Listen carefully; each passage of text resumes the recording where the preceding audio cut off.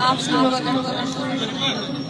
سب سے پہلے میں پی ٹی ایم کی رہنما علی وزیر کو ہمارے لسٹ اور لانگ مارچ میں استقبال کرنے کے لیے بہت شکریہ ادا کرتا ہوں،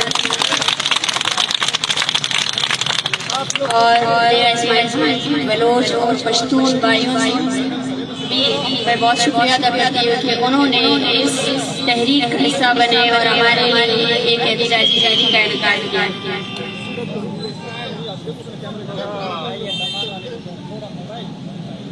بلوچ اور پشتون اور اس کے ساتھ سندھی بانی، آپ سب جانتے ہیں کہ ریاست قیام سے اس کو جنرل اور کرنلوں نے چلایا ہے۔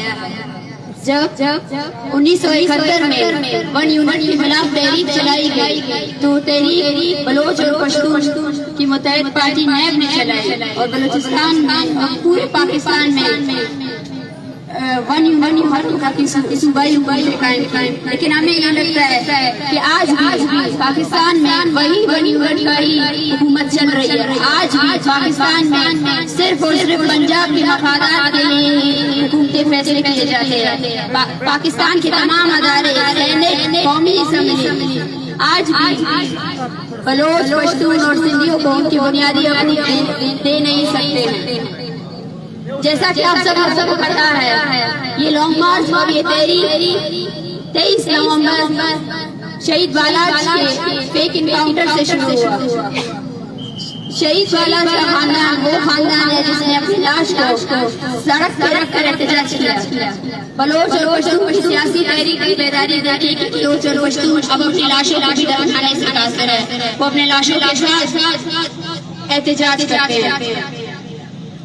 لیکن آج یہ تحریک بلوچ پشتون نسل کشی کے ساتھ ساتھ اس ریاست کے سول ڈیموکریسی اور اس کے اداروں کی بحالی کے لیے بھی ہے۔ جب ہم نکلے تھے کوئٹہ سے، کوئٹہ میں ہمارا گانا جاری تھا تو کوئٹہ کے سو کال نیاد جو وزیر اطلاعات ہے وہ بار بار یہ بیانات جاری کر رہے تھے کہ یہ دھرنا یرغمال بنایا ہوا ہے جو ریاست کے مخالف فوج سے۔ میں اسے کہنا چاہتی ہوں جناب، آپ پشتون ہیں، سب سے پہلے ریاست کے آپ دلار ہونے سے پہلے پشتون ہیں۔ آپ کو یہ سمجھنا چاہیے کہ ہمارے ساتھ جو جتنے لواحقین ہیں وہ خود اس کا ثبوت ہے۔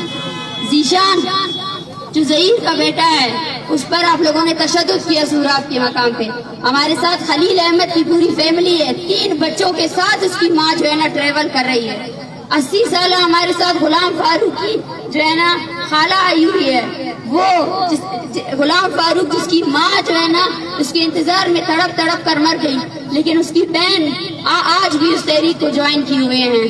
ہمارے ساتھ وہ مری قبائل کی عورتیں ہیں جن کے پاس شاید وہ صرف سال جانتے ہیں کہ اس سال میں ان کے لوگوں کو اٹھا کر لے کر گئے تھے اور انہیں کچھ نہیں پتا ہے۔ ہمارے پاس وہ بچے ہیں جنہوں نے اپنے باپ کو نہیں دیکھا ہے۔ یہ سب کے سب آپ کے جبر کی نشانیاں ہیں۔ آپ جو بلوچ اور پشتون کی نسل کشی کو پروگزی وار کہتے ہیں، بلوچ اور پشتون کی نسل کشی کو آپ نے اپنی میڈیا کو کنٹرول میں رکھا ہوا ہے، لیکن ہم اسلام آباد کی طرف آ رہے ہیں آپ کے جبر کا ثبوت لے کر آ رہے ہیں کہ آئے اور ان سے ملیں۔ یہ آپ کی فوج کی 70 سال کی وہ کرتوتیں ہیں جس کو آپ چھپا رہے ہیں۔ آپ کی فوج جو چل رہی ہے صرف اور صرف بلوچ اور پشتون کے وسائل کی پر۔ آپ کے فوج کے سپاہی وہ تنخواہ سپاہی ہے جن کو کہیں بھی کوئی بھی حکومت پیسے دے کر خرید سکتا ہے، لیکن بلوچ اور پشتون وہ قومیں ہیں جو کبھی بکی نہیں ہیں۔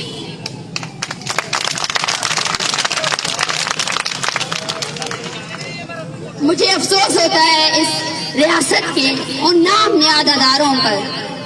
اگر مجھے تو افسوس اس بات پر بھی ہوتی ہے کہ پاکستان اپنے آپ کو جمہوری ریاست کہلاتا ہے، حالانکہ جمہوریت کے نام پر یہاں پہ کچھ بھی نہیں ہے۔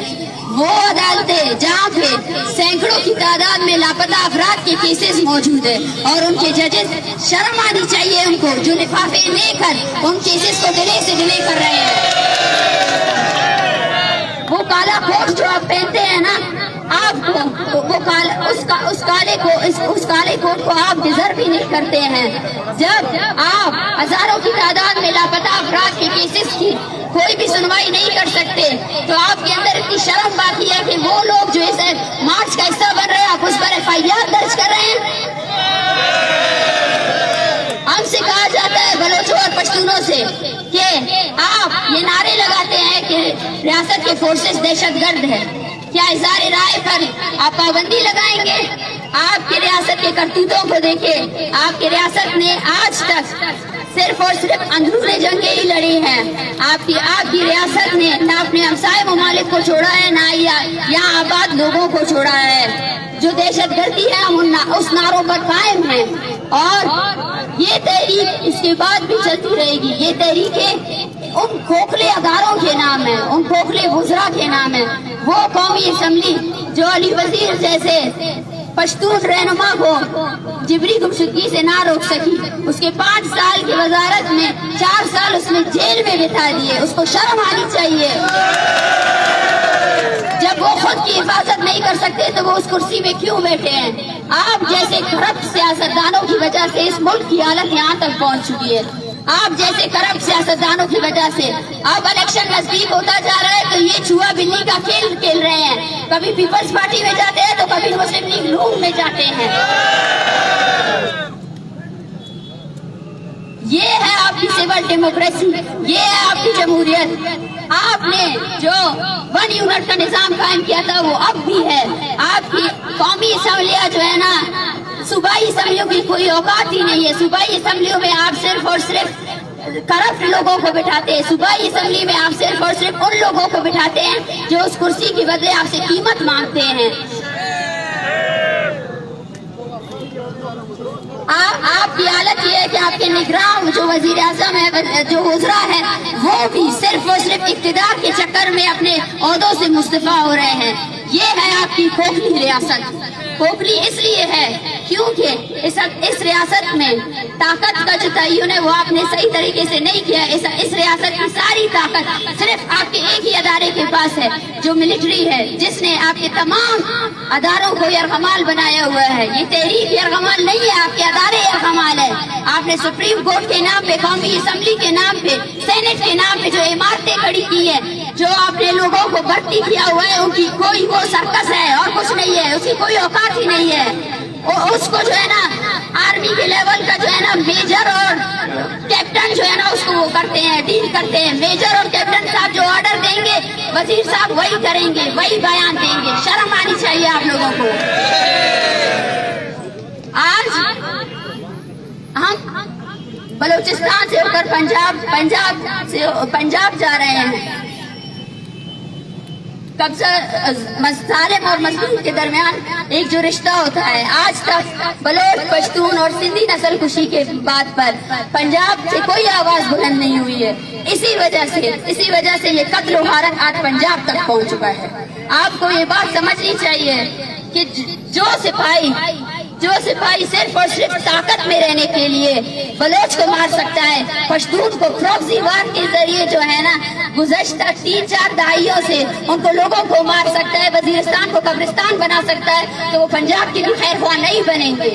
یہ وہ دیمک ہے جو آہستہ آہستہ اس ملک کو ختم کرتا جائے گا، کیونکہ کوئی بھی ادارہ ہو اگر اس کو وہ طاقت دی جائے، ریاست کی وہ طاقت دی جائے جس پر اس کو کوئی اکاؤنٹیبل نہ کرے، کوئی لا نہیں ہو، کوئی قانون نہیں ہو، اس کے ججز تک یرغمال ہو، اس کے ججز تک فیصلے جو ہے نا کیپٹن اور میجر کے فیصلوں سے آتے ہوں، تو یہ ادارے مفلوج ادارے ہیں۔